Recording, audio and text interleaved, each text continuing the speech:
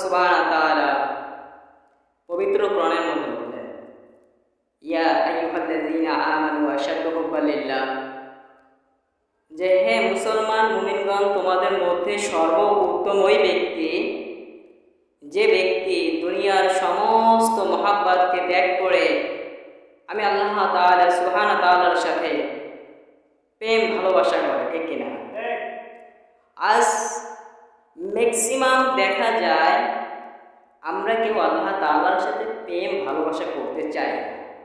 দুনিয়ার যুবক যুবতীর সাথে প্রেম ভালোবাসায় জিনায় লিপ্ত হচ্ছি দিনে দিনে। সেইটা করতে কোনো অসুবিধা নাই, কিন্তু আল্লাহ তাআলা তার সাথে প্রেম করতে গেলেই সমস্যা।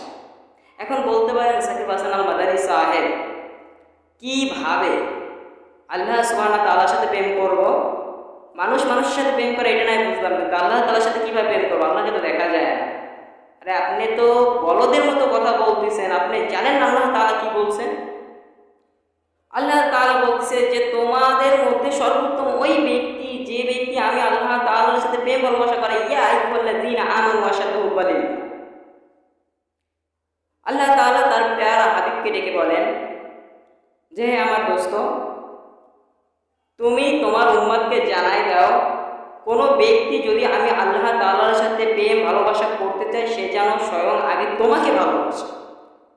আল্লাহ তাআলা প্যারা রাসূল, আমাদের যিনি লিডার নেতা, তিনি বলতেছেন, হে উম্মত শোনো, আল্লাহ সুবহানাহু ওয়া তাআলা বললেন যে তোমাদের মধ্যে কেউ যদি আল্লাহকে ভালোবাসতে চায়, সে যেন স্বয়ং আগে আমি নবীকে ভালোবাসে।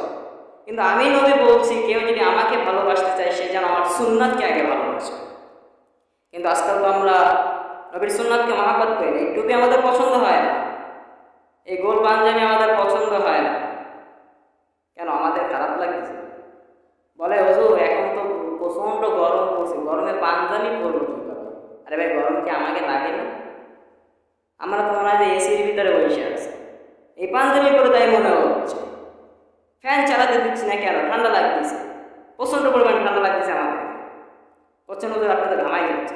আর আমি এক কথা বলতে গেলে এমনিতে ঘামাই পড়বে। আমাদের এই জায়গায় একটু এসে বৈশা দুইটা কথা বললে দেখেন আপনার কেমন লাগে, পা থেকে মাথা পর্যন্ত আপনার কাঁপবে। প্রিয় দোস্ত, সেরকম একটা কণ্ঠ নাই, কণ্ঠ দিয়ে আমরা পারি না, কণ্ঠ দিয়ে বয়ান করতে পারি না, কিন্তু কণ্ঠ দিয়ে কিছু বেশ কালাম করতে পারি, হামদে বাড়ি তাল আমরা বলতে পারি।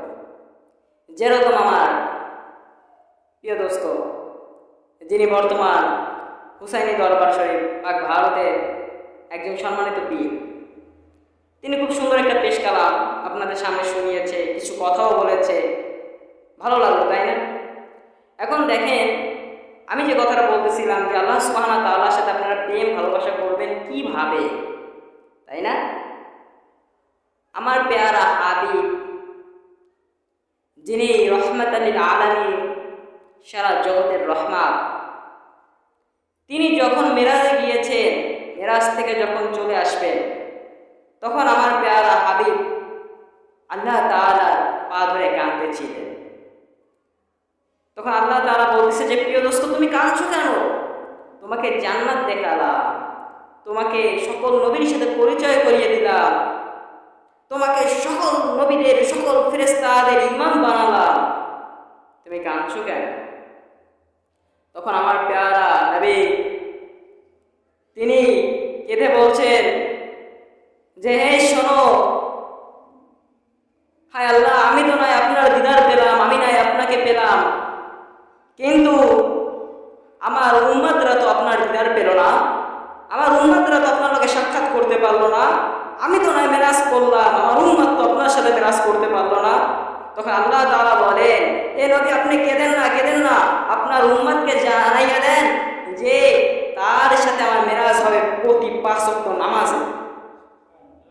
এখন তাহলে বলছেন আল্লাহ তাআলার সাথে কথা বলি আমরা 5 বার, দিনে কয়বার? 5 বার?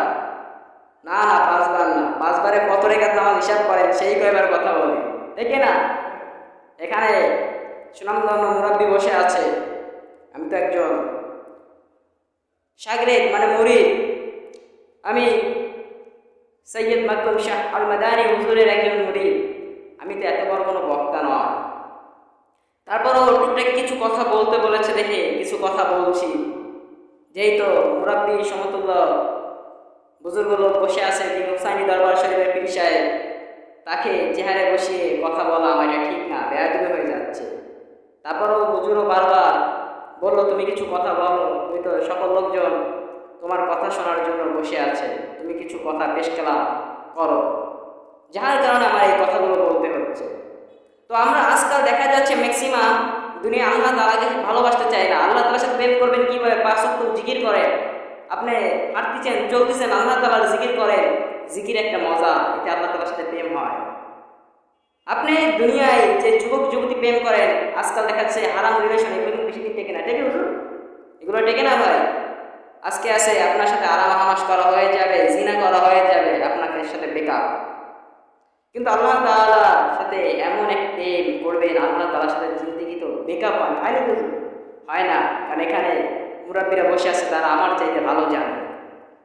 এর জন্যই বলছে যে আল্লাহ তাআলা রাসূল বলতেছেন যে তোমরা আল্লাহকে যদি কেউ ভালোবাসতে চায় সে যেন আমি নবীকে ভালোবাসে, আর আমি নবীকে কেউ যদি ভালোবাসতে চায় সে যেন স্বয়ং আগে আমার সুন্নাতকে ভালোবাসে। এর জন্য সকলের উচিত আমার রাসূলের সুন্নাতকে আঁকড়াই ধরে এবং সুন্নাতকে ভালোবাসা। আরে আপনি কি হাদিস শরীফ শোনেন না? হাদিস শরীফে আল্লাহ রাসূল বলতেছে কি যে দাজ্জালের ফিতনার সময় ওই ব্যক্তি সকল ফিতনা থেকে মুক্তি পাবে যে ব্যক্তি এই শেষ জামানায় আল্লাহ তাআলার রাসূল প্যারা হাবিব তার সুন্নাতকে আঁকড়াইয়ে ধরে। কি এখানে আপনারা জানেন এই হাদিস কালাম অনেকে শুনেছেন, আমার শায়েখের জবানেও শুনেছেন, সৈয়দ মাকদুম শাহ আল মাদানী হুজুরের জবানেও আপনি শুনেছেন। শোনেন নাই? সে তো বেশিরভাগই হুজুরে পাক সাল্লাল্লাহু আলাইহি ওয়াসাল্লামকে নিয়েই কথা বলে, তা আপনাদের তো শোনার কথা। এর জন্য আমার শায়েখ একটা আহমদ বাড়ি তালাও বলেছিল, তো আপনাদের সামনে আমি এইটা পেশ করি, আমি ইনশাআল্লাহ শেষ করবো। যেহেতু বুজুর্গ লোক বসে আছে এখানে, অত কথা বলা আমার ঠিক না, তারপর অনেক বেজে গেছে। তো দেখা যাচ্ছে যে আমার শায়েখ মাকদুম শাহ আল মাদানী হুজুর একটা আহমদ বাড়ি তালার মধ্যে কিছু কথা আপনাদেরকে বুঝিয়ে দিয়েছিলেন রাসূলের ভালোবাসা সম্পর্কে। বলবো নাকি?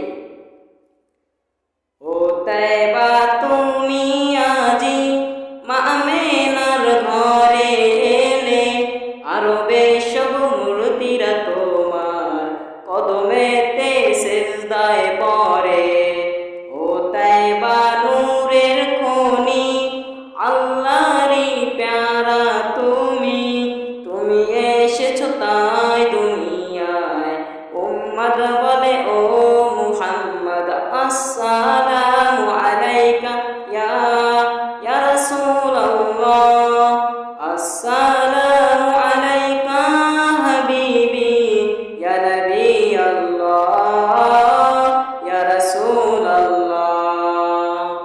ও তাইবা তুমি আমার একবার বলো আমি তোমার, ছেড়ে দেব সবই আমি দুনিয়া ও জগৎ সংসার।